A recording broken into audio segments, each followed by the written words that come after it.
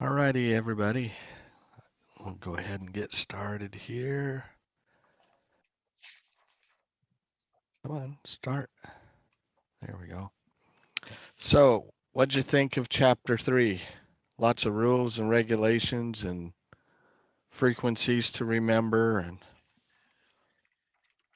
Frequencies make my head hurt. well, at least you're getting some frequencies now to remember. Yes, that is true. You'll be all over the place. All righty. I'm going to go ahead and jump into some questions. So, the usual, go buy more books at the online shop. Let me move this banner out of the way a little bit. So, chapter 3, I made this up and counted the questions, 64 questions and only 16 pages. So you can do the math. So we're going to learn about international operating rules, ITU, FCC, and FAA, rules for exams and examiners, frequency privileges, primary and secondary allocations, and third-party rules, and then technical rules and standards. Oops. There we go. So this first section, we're going to cover 7 questions on regulatory agencies. So first question, and feel free to unmute yourselves and get ready to play Jeopardy and answer the question. Regulatory rules for 100. Which of the following may apply in areas under FCC jurisdiction outside of ITU Region 2? A, station identification may have to be in a language other than English. B, Morse code may not be permitted. C, digital transmission may not be permitted. Or D, frequency allocations may differ. D. Delta, I hear a delta out there, and delta is correct. That's on page 3-2. Move this over here. Okay. What is the maximum height above ground to which an antenna structure may be erected without requiring notification to the FAA and registration with the FCC, provided it is not at or near a public use airport? A, 50 feet, B, 100 feet, C, 200 feet, or D, 300 feet? Charlie. C. Charlie is correct, 200 feet. Under what conditions are state and local governments permitted to regulate amateur radio antenna structures? A, under no circumstances. FCC rules take priority. B, at any time and to any extent necessary to accomplish a legitimate purpose of the state or local entity, provided that proper filings are made with the FCC. C, only when such structures exceed 50 feet in height and are clearly visible 1,000 feet from the structure. Or D, amateur service communications must be reasonably accommodated and regulations must constitute the minimum practical to accommodate a legitimate purpose of the state or local entity. Delta. D. Delta. Delta is correct. The frequency allocations of the ITU region apply to radio amateurs operating in North America and North and South America are A, Region 4, B, Region 3, C, Region 2, or D, Region 1? C. Charlie, Charlie. Charlie is correct. We're in Region 2. What is the volunteer monitoring program? A, amateur volunteers who are formally enlisted to monitor the airwaves for rule violations. B, amateur volunteers who conduct amateur licensing examinations.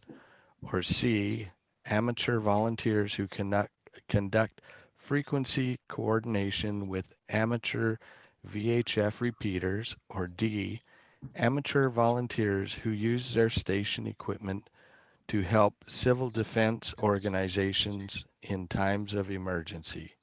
Alpha, Alpha. Alpha is correct.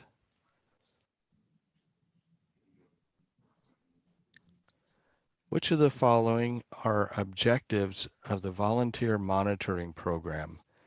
A, to conduct efficient and orderly amateur licensing examinations. B, to encourage self-regulation and compliance with the rules by radio amateur operators.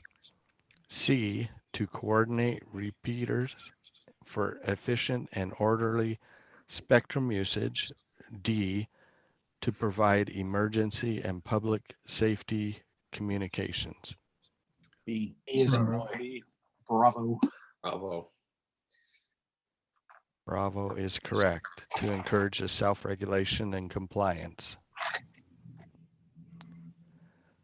What skills learned during hidden transmitter hunts are of help to the volunteer monitoring program? A, identification of out-of-band operation. B, direction finding used to locate stations violating FCC rules. C, identification of different call signs. D, hunters have the opportunity to transmit on non-amateur frequencies. B. Bravo. Bravo, Bravo. Bravo is correct. And now we are moving on to, let me move this out so I can see that down there. Section 3-2 has 11 questions. Oh, and then when I move that, I got to point back here, there. Who may receive partial credit for the elements represented by an expired amateur radio license? A, any person who can demonstrate that they once held an FCC issued general, advanced, or amateur extra class license that was not revoked by the FCC. B, anyone who held an FCC issued amateur radio license that has been expired for not less than 5 years and not more than 15 years. C, any person who previously held an amateur license issued by another country, but only if that country has a current reciprocal licensing agreement with the FCC. Or D, only persons who once held an FCC issued novice, technician, or technician plus license. A. Alpha, Alpha is correct. What license examinations may you administer when you are an accredited VE holding a general class operator license? A, general and technician. B, general only. C, technician only. Or D, amateur extra, general, and technician.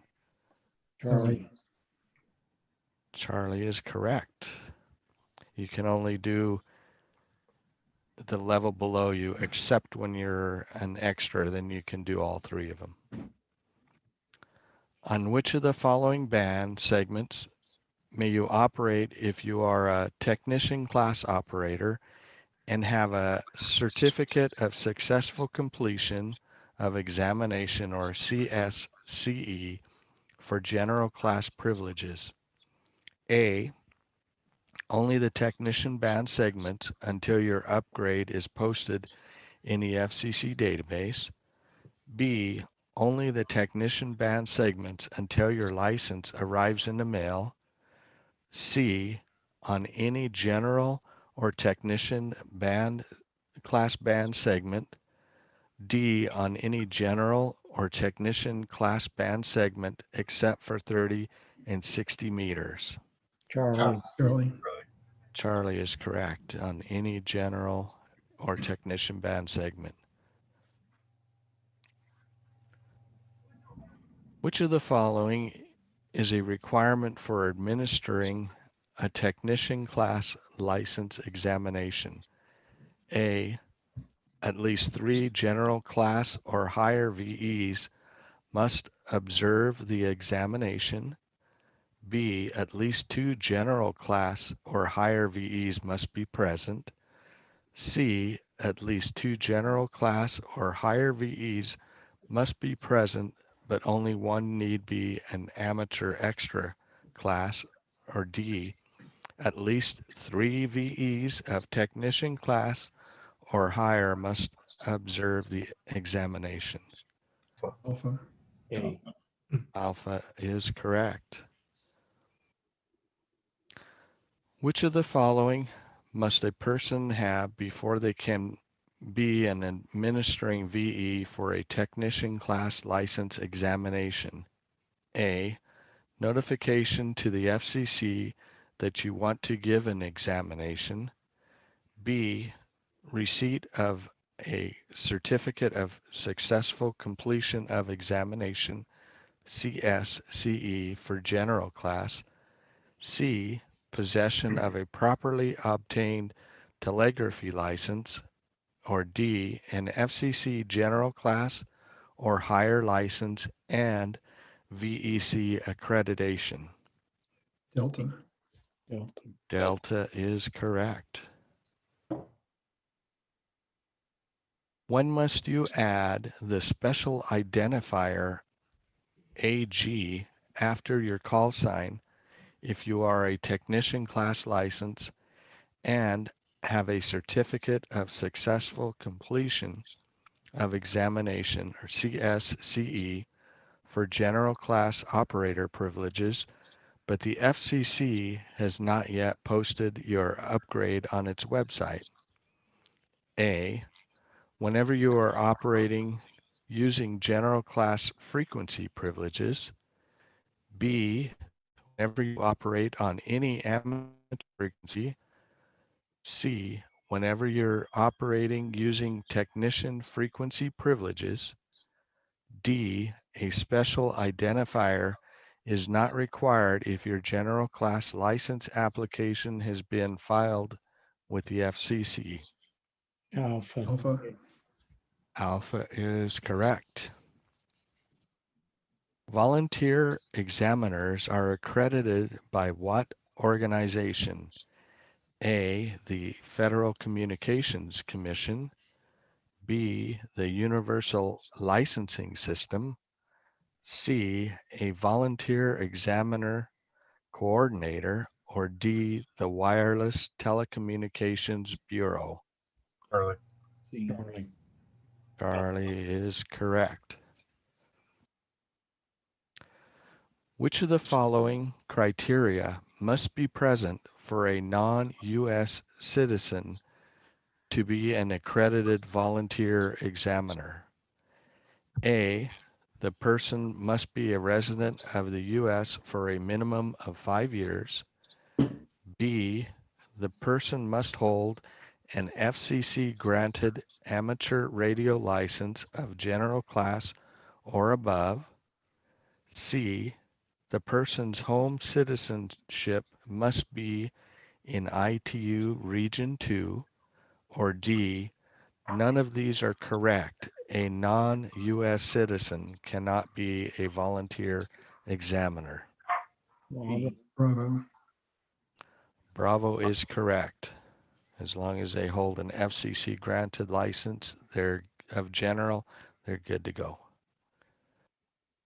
How long is a certificate of successful completion of examination CSCC valid for exam element credit? A, 30 days, B, 180 days, C, 365 days, D, for as long as your current license is valid. Charlie. Charlie, Charlie. Charlie is correct. What is the minimum age that one must be to qualify as an accredited volunteer examiner? A, 12 years, B, 18 years, C, 21 years, D, there is no age limit. Bravo. Bravo is correct. It must be 18. What is required to obtain a new general class license after a previously held license has expired and the 2-year grace period has passed? A, they must have a letter from the FCC showing they once held an amateur or commercial license. B, there are no requirements other than being able to show a copy of the expired license. C, the applicant must be able to produce a copy of a page from a call book published in the U.S. showing his or her name and address. D, the applicant must pass the current Element 2 exam. D. Delta is correct. They just need to pass the technician or Element 2. Yikes! How did I get that? How's your eyes on that? 22 questions in this next section. You're lucky. Okay, one thing I need to remind everybody is you may want to pull up your band charts and have it close to you because there's going to be lots of numbers on this. Okay. Jim, on that last question, if your license is expired more than 2 years, you have to pass a technician element 2. But in order to be grandfathered back into your general license, you'll have to prove that you've had a previous general license. So, yeah, you have to pass element 2. That was the best answer on that series of answers. Okie But you have to dokie. have a copy of an expired license? Only if you've got to pass the technician again. And then when you have a copy of your expired license, then you can be grandfathered. There's 2 issues here. Being grandfathered only happens after you've passed the technician again if you've let the license expire over 2 years. Good, good. Okie dokie. Ready for 22 more questions? Woo! Let him rip. On which HF, MF bands is a general class license holder granted all amateur frequency privileges? A, 60 meters, 20 meters, 17 meters, and 12 meters. B, 160 meters, 80 meters, 40 meters, and 10 meters. C, 160 meters, 60 meters, 30 meters, 17 meters, 12 meters, and 10 meters. Or D, 160 meters, 30 meters, 17 meters, 15 meters, 12 meters, and 10 meters. Charlie. Charlie, Charlie is correct. Lots of meters in there. On which of the following bands is phone operation prohibited? A, 160 meters, B, 30 meters, C, 17 meters, or D, 12 meters? Bravo. Charlie. Bravo is correct. Woohoo! Bravo. On which of the following bands is image transmission prohibited? A, 160 meters, B, 30 meters, C, 20 meters, or D, 12 meters? Bravo. Mm, Bravo is correct. Page 3-8.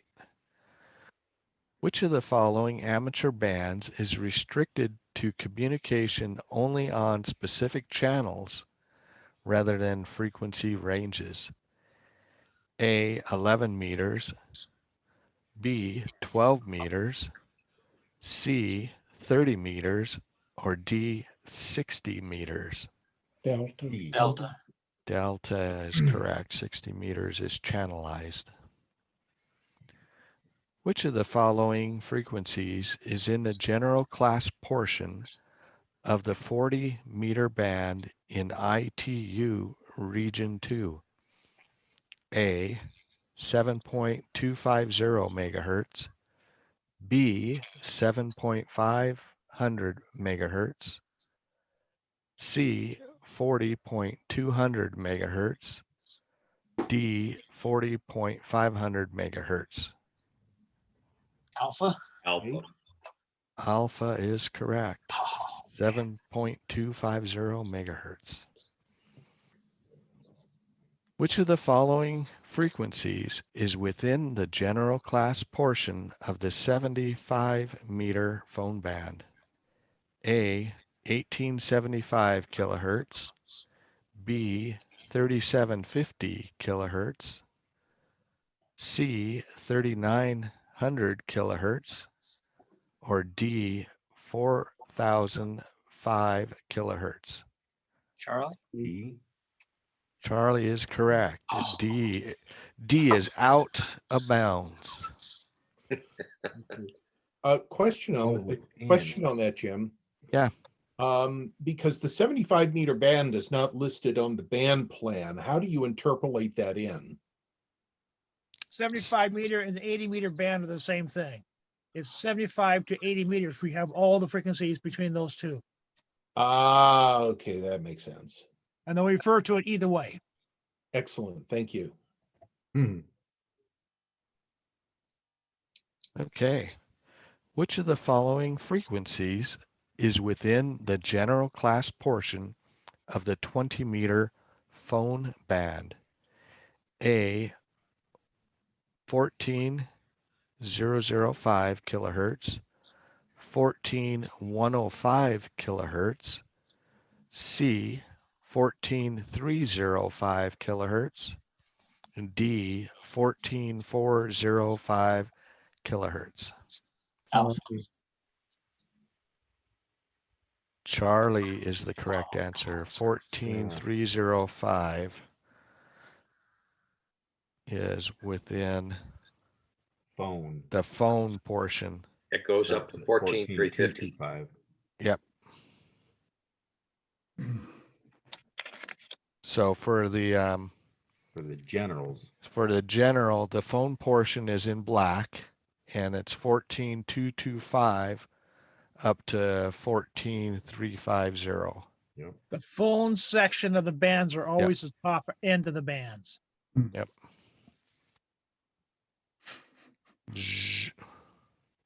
So the black portion is the phone, and then blue portion is the CW.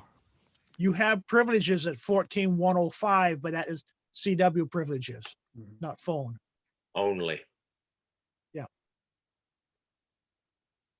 Okie dokie. Which of the following frequencies is within the general class portion of the 80-meter band? A, 1855 kilohertz, B, 2560 kilohertz, C, 3560 kilohertz, or D, 3650 kilohertz? Charlie. Charlie. Charlie is correct, 3560. Which of the following frequencies is within the general class portion of the 15-meter band?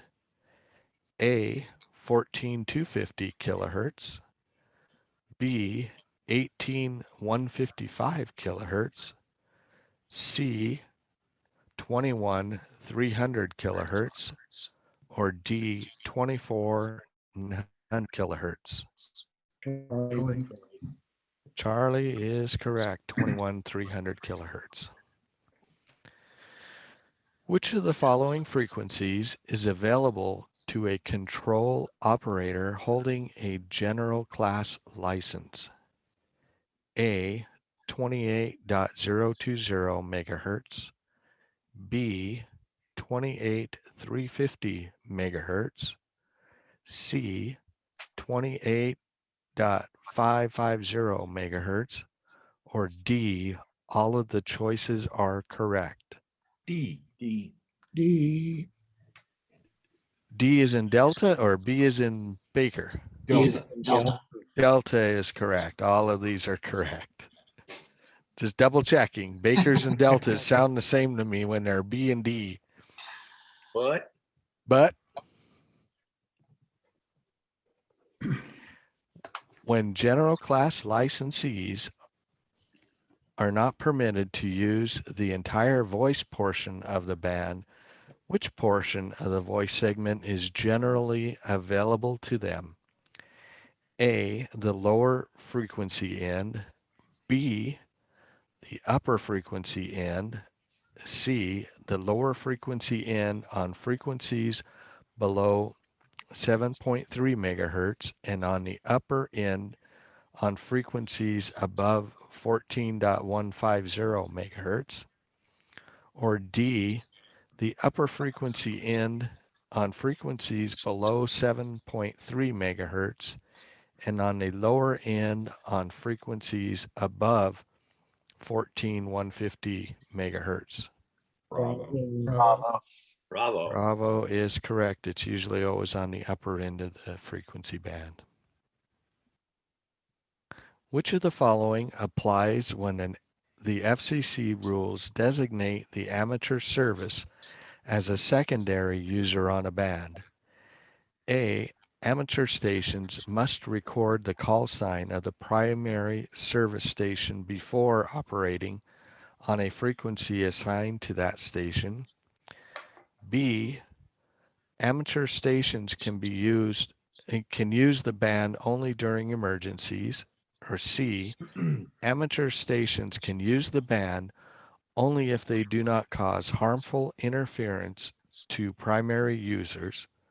Or D, amateur stations may only operate during specific hours of the day, while primary users are permitted 24-hour use of the band. Charlie. Charlie. Charlie is correct. They can only use it if they do not do harmful interference to primary users. The, And yeah, go this is ahead, Daniel. The FCC doesn't use the word tertiary, but once in a while they actually define tertiary operations in the rules. And one of the cases is we are secondary on the 440 band, but they have allowed the robots to come in on the satellite portion at 435, 438 area, and they cannot cause interference to the amateur. So effectively, they're tertiary to the amateurs because we're secondary to the primary users.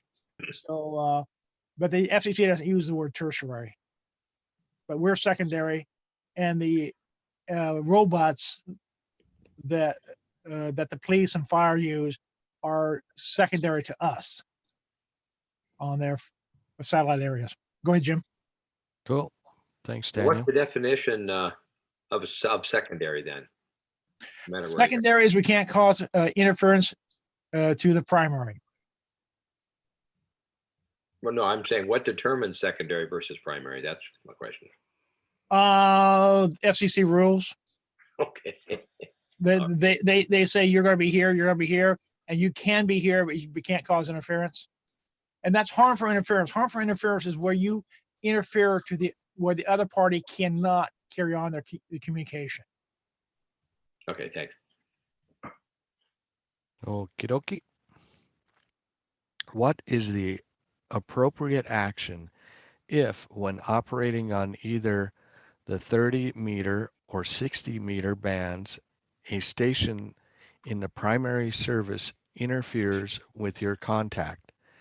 A, notify the FCC regional engineer in charge of the interference. B, increase your transmitter power to overcome the interference. C, attempt to contact and request that it stop the interference.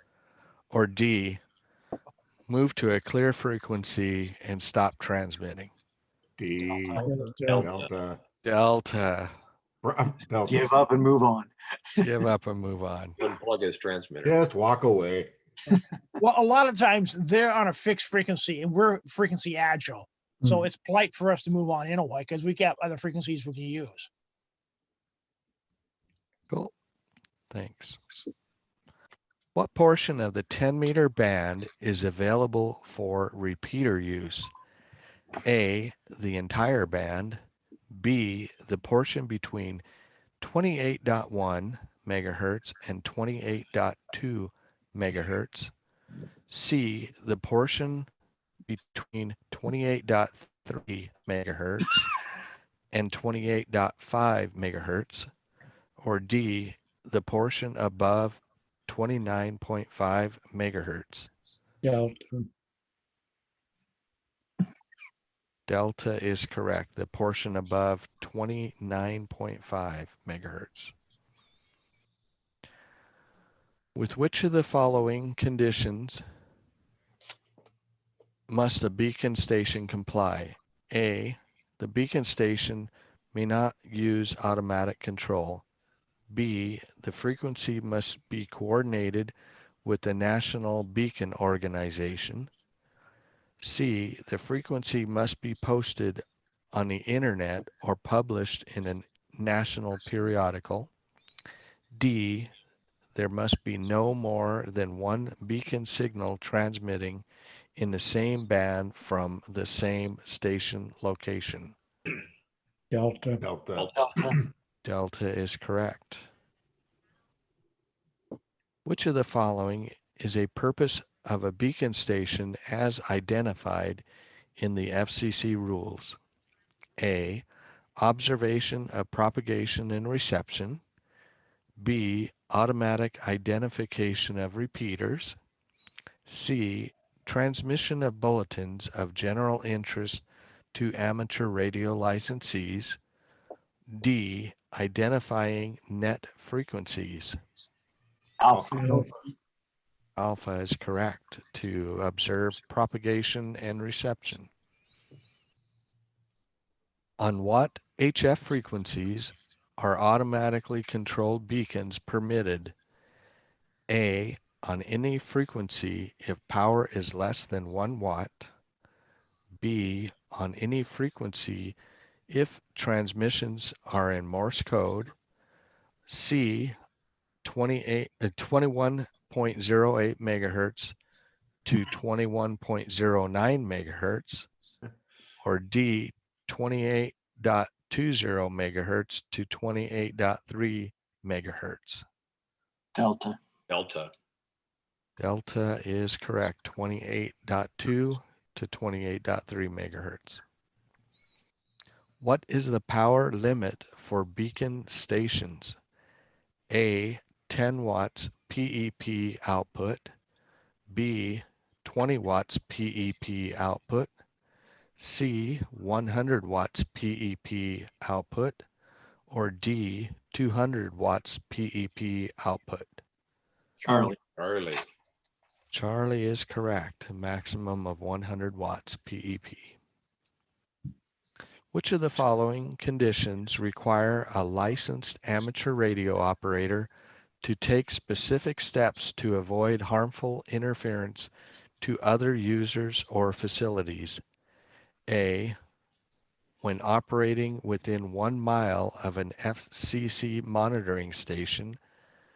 B, when using a band where the amateur service is secondary.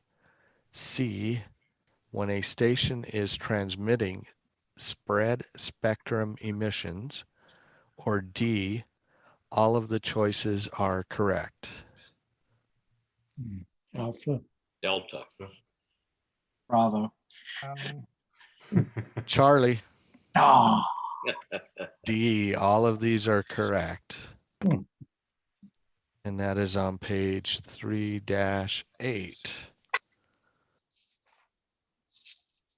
Hmm, I missed that one too. Spread spectrum is probably the giveaway on that one. You've got to make sure you're not causing interference on that one. And sometimes that's really tricky to do that because you're doing the spread spectrum in 220 or above bands. Okay. In what part of the 13 centimeter band may an amateur station communicate with non-licensed Wi-Fi stations? A, anywhere on the band. B, channels 1 through 4. C, channels 42 through 45. Or D, in no part. Delta. Delta, E. Delta Delta. is correct. Don't be sending weird Wi-Fi packets to your buddies. come on, that's fun. That's called good hacking. Yeah. You don't cook them.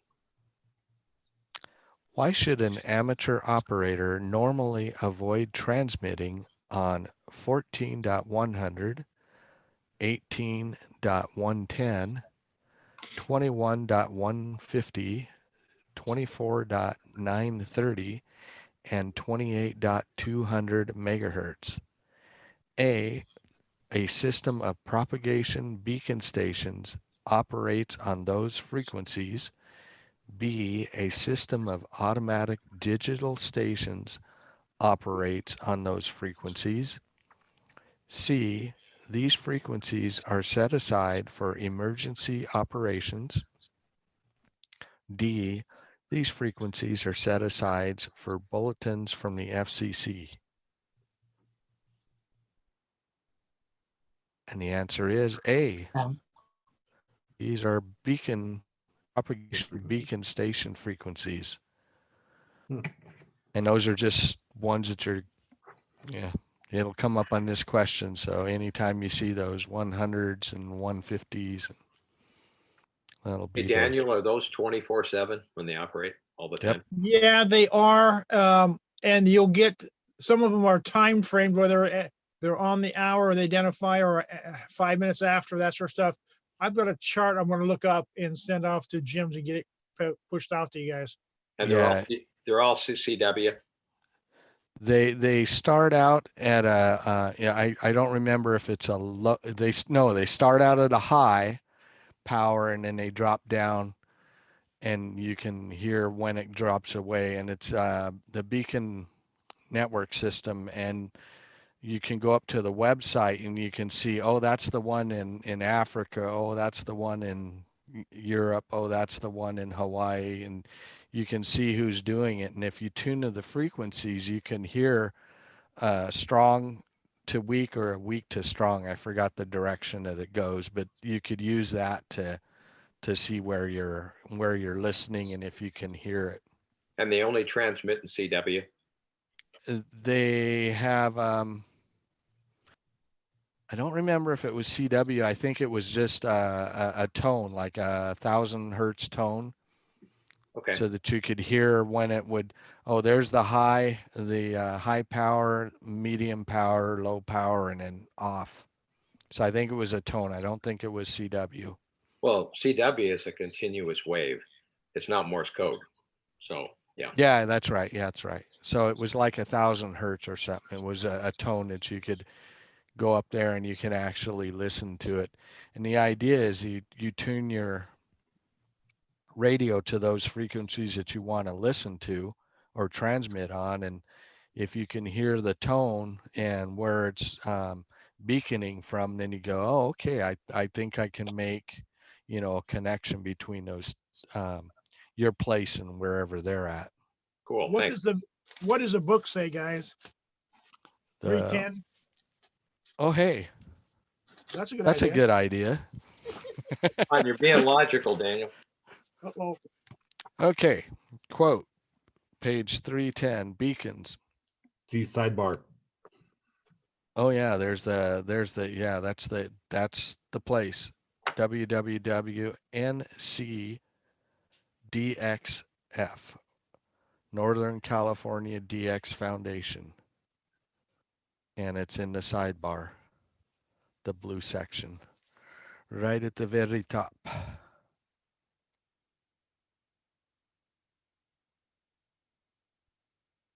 Doesn't say what transmission protocol though. Nope. No, but if you go to that web page, you'll see that it goes around the world in every continent except Antarctica.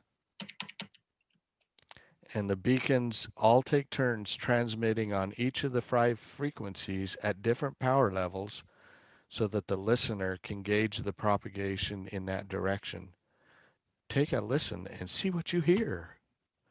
Then there's also the reverse beacon network, which it does a similar thing where you're transmitting and people post, oh yeah, I can hear you, and you'll see the little paths. Okay, onwards Thank you. and upwards. On what band do amateurs share channels with the unlicensed Wi-Fi service? A, 432 megahertz, B, 902 megahertz, C, 2.4 gigahertz, or D, 10.7 gigahertz? Charlie. Early. Charlie is correct. You're 2.4 gigahertz. Woo! A short one. 2 questions only. Which of the following would disqualify a third party from participating in stating a message over an amateur station? A, the third party's amateur license has been revoked and not reinstated. B, the third party is not a U.S. citizen. C, the third party is a licensed amateur. Or D, the third party is speaking in a language other than English. Alpha. Alpha. Alpha. Alpha is correct. And the second third party question is, what types of messages for a third party in another country must be transmitted by an amateur station? A, any message as long as the amateur operator is not paid. B, only messages for other licensed amateurs. C, only messages relating to amateur radio or remarks of a personal character, or messages relating to emergencies or disaster relief. Or D, any messages as long as the text of the message is recorded in the station log. Charlie. Charlie. Charlie is correct. Prohibited and restricted communications, only 5. Which of the following transmission is permitted? A, unidentified transmission for test purposes only. B, retransmission of other amateur station signals by any amateur station. C, occasional retransmission of weather and propagation forecast information from U.S. government stations. Or D, coded messages of any kind if not intended to facilitate a criminal act. Charlie. Early. Charlie is correct. Only weather and propagation from U.S. government stations. Which of the following one-way transmissions are permitted? A, unidentified test transmissions of less than 1 minute in duration. B, transmissions necessary to assist learning the International Morse Code. C, regular transmissions offering equipment for sale if intended for amateur radio use. Or D, all of these choices are correct. Bravo. Bravo is correct. Only Morse code testing or learning. Which or what are the restrictions on the use of abbreviations or procedural signals in the amateur service? A, only Q signals are permitted. B, they may be used if they don't obscure the meaning of the message. C, they are not permitted. Or D, only the 10 codes are permitted. Bravo. Bravo. Bravo is correct, as long as they don't obscure the meaning of the message. When is it permissible to communicate with amateur stations in countries outside the areas administered by the Federal Communications Commission? A, only when the foreign country has a formal third-party agreement filed with the FCC. B, when the contact is with amateurs in any country except those administrations have notified the ITU that they object to such communication. Or C, when the contact is with amateurs in any country as long as the communication is conducted in English. Or D, only when the foreign country is a member of the International Amateur Radio Union. Bravo. Bravo is correct. When may a 10-meter repeater retransmit the 2-meter signal from a station that has a technician class control operator? A, under no circumstances. B, only if the station on 10 meters is operating under a special temporary authorization allowing such retransmission. C, only during an FCC declared general state of communications emergency. Or D, only if the 10-meter repeater control operator holds at least a general class license. Delta. Delta is correct. Technical rules and standards, 11 questions. Over 3 pages. 2 pages. Yeah, get her done. Who or what determines good engineering and good amateur practice as applied to the operation of an amateur station in all respects not covered by the Part 97 rules? A, the FCC. B, the control operator. C, the IEEE. Or D, the ITU. Alpha. Alpha is correct. Our good old uncle FCC. What is the maximum transmitting power for an amateur station may use on 10.140 megahertz? A, 200 watts PEP. B, 1000 watts PEP. C, 1500 watts PEP output. Or D, 2000 watts PEP output. Shirley. Alpha. I hear an alpha and a Charlie, and the Ooh. correct is 200 watts A. This is one of the new bands, and it's we're limited because it's digital only. Ah, okay.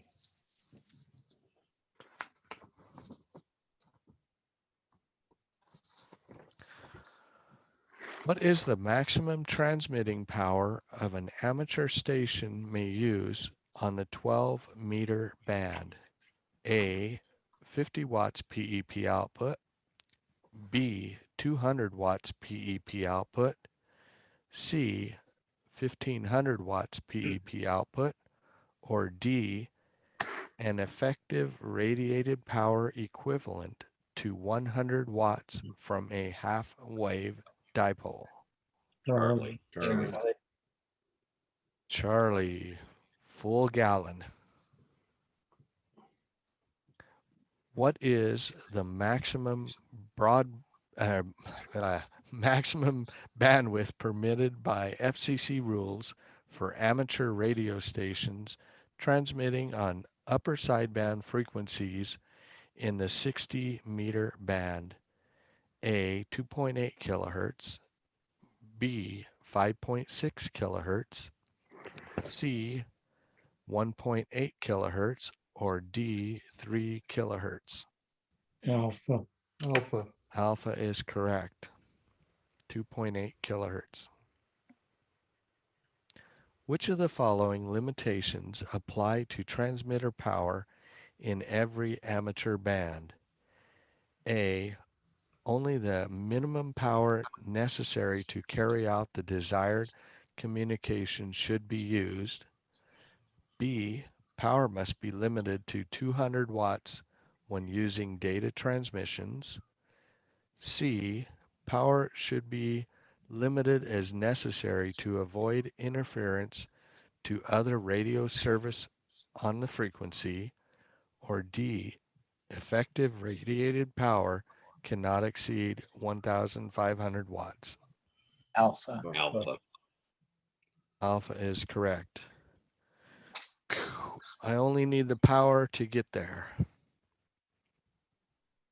What is the limit for transmitter power on the 28 megahertz band for a general class control operator? A, 100 watts PEP output.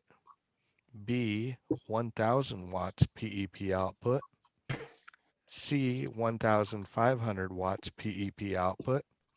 Or D, 2000 watts PEP output? Charlie. Charlie. Charlie, the full gallon again. What is the limit for a transmitter power on the 1.8 megahertz band? A, 200 watts PEP output. B, 1000 watts PEP output. C, 1200 watts PEP output. Or D, 1500 watts PEP output? Delta. Delta. Delta is correct. The full gallon again. And what is it when you're not running a full gallon? Anybody know? Barefoot. I'm running barefoot. How did that work out? Barefoot versus a full gallon? Come on. It should be like a pint or a quart.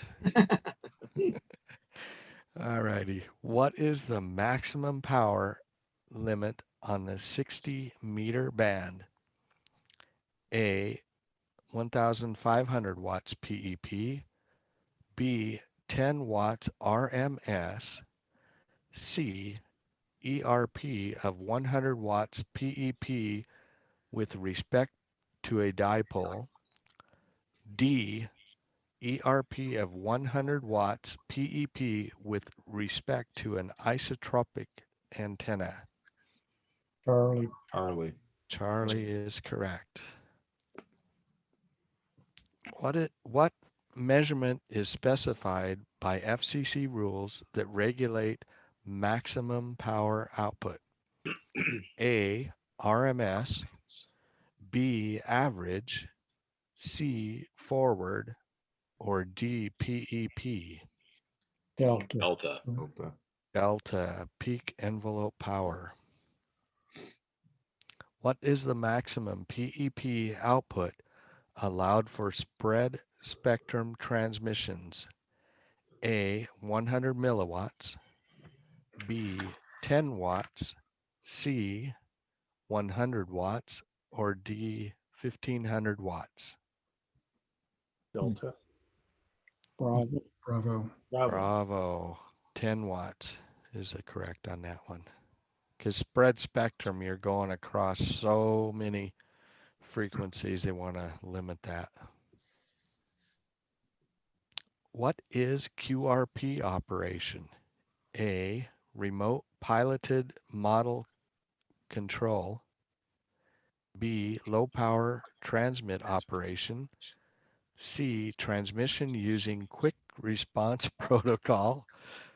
D, traffic relay procedure net operation. Bravo. So, Bravo. Oh, Bravo is correct. Low power transmit operation. quick response protocol. Quick response protocol. Boom. All right. Digital transmission. We got 6 of them. Symbol rates. Oh, look at all them symbol rates. What is the maximum symbol rate permitted for RTTY or data emission transmission on the 20-meter band? A, 56 kilobaud. B, 19.6 kilobaud. C, 1200 baud. Or D, 300 baud. Delta. Delta. Delta. Delta 300 baud. What is the maximum symbol rate permitted for RTTY or data emission transmitted at frequencies below 28 megahertz? A, 56 kilobaud. B, 19.6 kilobaud.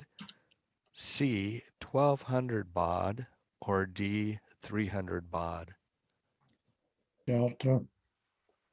Delta is correct. Anything below 28 is 300 baud. You've got mail. Really slow. What is the maximum symbol rate permitted for RTTY or data emission transmitted on the 1.25 meter and 70 centimeter bands? A, 56 kilobaud. B, 19.6 kilobaud. C, 1200 kilobaud or 1200 baud, bleh, or D, 300 baud. Alpha. Alpha. Alpha is correct. You get a speed jump there. 56 kilobaud. Fast. What is the maximum symbol rate permitted for RTTY or data emission transmissions on the 10-meter band? A, 56 kilobaud. B, 19.6 kilobaud. C, 1200 baud. Or D, 300 baud. Charlie. Charlie is correct. 1200 baud. What is the maximum symbol rate permitted for RTTY or data emission transmissions on the 2-meter band? A, 56 kilobaud. B, 19.6 kilobaud. C, 1200 baud. Or D, 300 baud. Bravo. Bravo. Bravo. Bravo is correct. 19.6 kilobaud. What must be done before using a new digital protocol on the air? A, type certify equipment to FCC standards. B, obtain an experimental license from the FCC. C, publicly document the technical characteristics of the protocol. Or D, submit a rulemaking proposal to the FCC describing the codes and methods of the technique. Charlie. Charlie is correct. Just publicly document it. End of the slide deck. Yay. Ooh, all right. All right, let me stop the share there. Lots of mozzarella. Wait until next week. Oh, boy. That's stuff I went to school for, though. Yeah. Some of us. So we chugged through those pretty quick. Any questions on what we covered tonight? I'm guessing there's no system for it. You just got to memorize it. Yeah. You're just gonna have to memorize the numbers, the bands and the bauds and all of that. I mean there was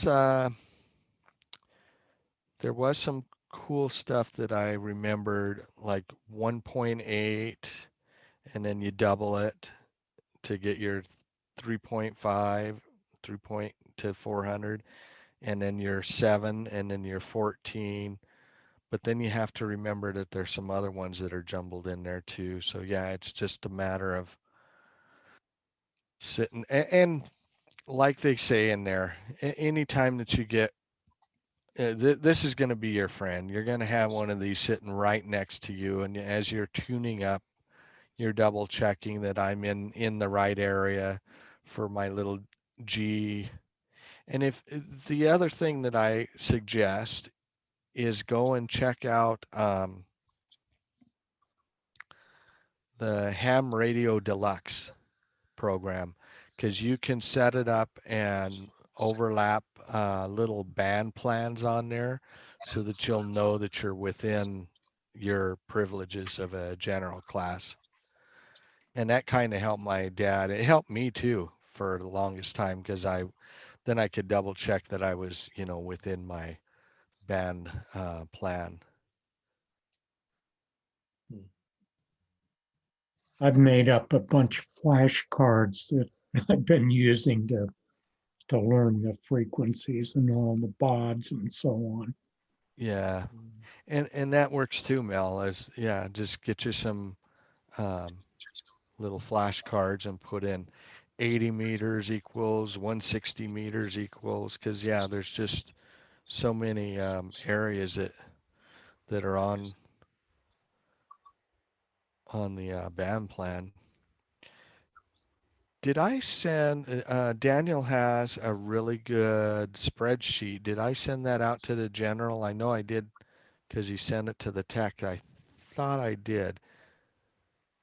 It was a little think you Excel did, yeah. spreadsheet. What did it contain? It All had the frequencies. all of the bands and percentages of where you're at and start and I stop. didn't see it. Is that it? Mel That's did. it. Yeah, that's it. Yeah. Yeah, I printed it out and it's so small I have to use a magnifying glass. So I stored it a different way and printed it out full size. It looks pretty good then. Did that come from you, Jim, or from Daniel? That's Daniel. Yeah. I did that. Yeah. Jim, was that in the packet of info you sent out initially? It was in the second round, I think. Okay. It wasn't initial, because we had our first technician class, and Daniel said, "Oh, Jim, I'll send you the it was on Sunday the 17th." And he sent it to me. That was for the tech class. And then I said, "Oh, this is good." So I just rolled it over into the general, and I took out, there was actually an extra little chunk that somebody had a question about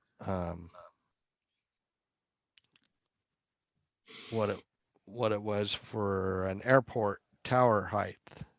Yeah. So I just removed that part, because that was specific to somebody else. But yeah, I thought, oh, that frequency and the handy dandy Oh yeah. color thing, and then go to FCC to log it in. So yeah, I did send that to Yep, everybody. got it. And if you don't find it in your mail, let me know and I can resend it. That chart has not been updated to the submarine bands we just got. So there's only 33 bands on that versus the 35 we actually have provisions on. But the 630 meter band and the 2200 meter band, you need to notify the FCC that you plan to use those on those two extra bands.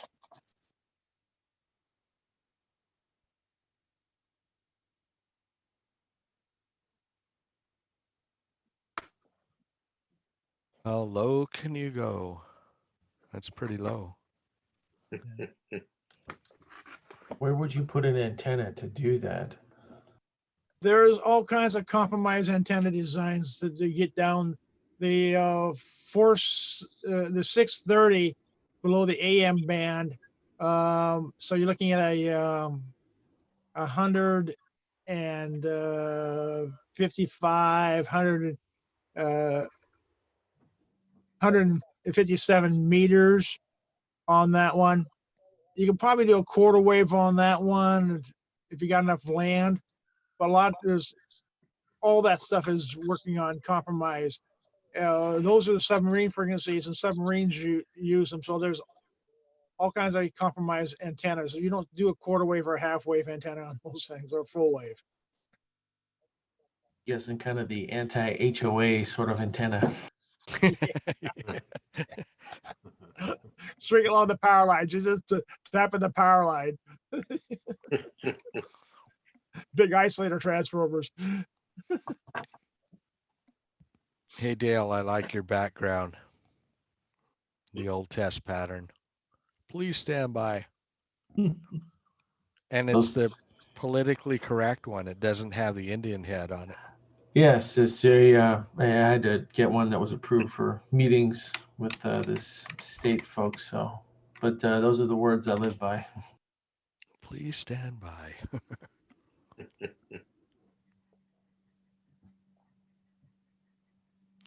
So this one went pretty quick. If you guys don't have any questions, we can close it up early, or if you just want some chat of any other little topics, just let us know. Daniel and I are here. Robin's here. This is a real difficult section because most of it's memorization. If you're not familiar with it, you got to memorize it. It's rules, definitions, band limits, that sort of stuff, and it's kind of hard. It's a lot of memorization on this side. Flashcards are good. My dad was he had his own electronic TV and radio repair, and he said, "Oh, I know all the electronics. It's those regulations and rules and frequency limits that I gotta memorize." I said, "Yep, get to plugging away." Yeah. Okay, I'm gonna jump off, folks. Thanks very much. I'll see you next week. Yep. So Hey, Charles. for next week is chapter 4, and it's a long one. Oh, yes. So be sure to give yourself plenty of time to get through the reading and the videos. There's quite a bit to cover on that one. Yeah. I've got a quick question on Daniel's spreadsheet. I finally found it and opened it. Hey, in columns A and B, I see numbers 1, 2, 3, 4, 5, 6, 7, 8. Like column A is a numbered sequence, but column B seems to repeat. And what do those two columns represent? Let me pull that chart up. Where is it? So I'll column share A, column B, C is, VHF, UHF. It's Look at the top. Look at the top and see who's it's for. You're looking at technicians on the. You got the band. You got 1, 2, 3, 4. The technician is yellow. The general is the blue. The advanced is a white, and the extra privileges are the green. No, I understand And that. then- What does column B, A and B represent? Okay, what you've got here is the first column A is all 33 bands. And then the second column is how many bands are in each, within that like subsection. VHF, HF, SHF, EA, HF, like that. Each group Each of little bands. subsection. You'll see on column C, you got VHF for the first 4, then you got UHF on the next 5. You got super high frequencies starting at line 14 is 10. Then you got extra high frequencies. Then you go down to your medium frequency, which is 160 meters, and your HF frequencies below that. So that second column is how many bands are in like the VHF range. Gotcha. Okay, thank you.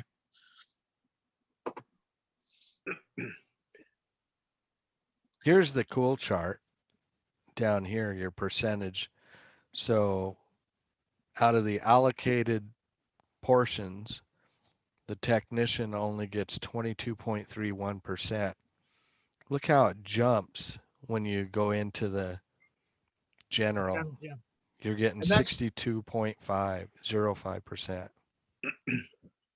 And that's specifically in regarding to the medium frequency and the HF frequencies, because everything above the HF frequencies, we all have the same privileges. Besides Daniel, does anybody know why advanced only goes up, let's say, from 62 to 65%? I know. Because advanced doesn't exist anymore. Yeah. And they restructured everything. The difference was with general, you had to pass the code at 13 and the advanced at 20. But was the theory the same? Was there any? No, the advanced was 13, the extra was 20. What was, oh, the advanced was just advanced in terms of the questions? Yeah, the questions that they consider that was the hardest test, and those questions were moved into the extra. The advanced test was the hardest of the amateur tests. But the code was the 13 words a minute. And my twin brother sat at 13 for a long time as an advanced until they dropped the code. He went to the extra on it. And you're going to get more privileges in the 40 meter band, particularly in the phone side of it. Hey, so Jason just posted the frequency.xls. Yeah, Wade was looking for it a little earlier. So Yeah, I was just gonna say, I'll go ahead and add that in just as an extra when I post the video and the reminder. Hey, thank you. hey, Robert. See you next week. See you next All week. right. All right, Jim. Take care, man.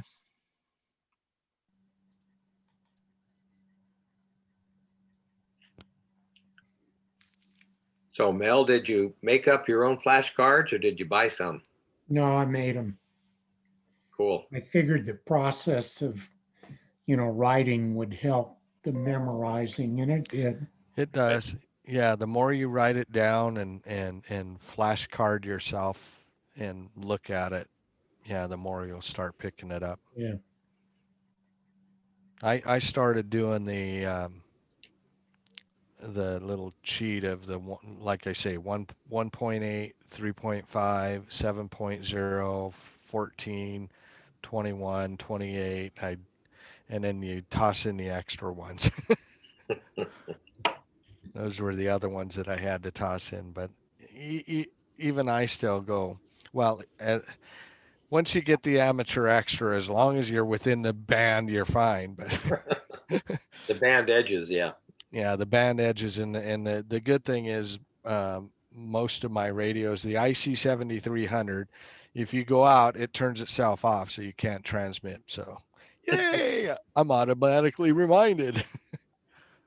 But yeah, I did like the Ham Radio Deluxe because you can do the settings on it so that you can, as you're controlling your radio, you can see that you're within your band, and that helped out. And I did this similar thing with one of the SDR Play, the SDR Uno software. You can add that in there too. So when you're listening.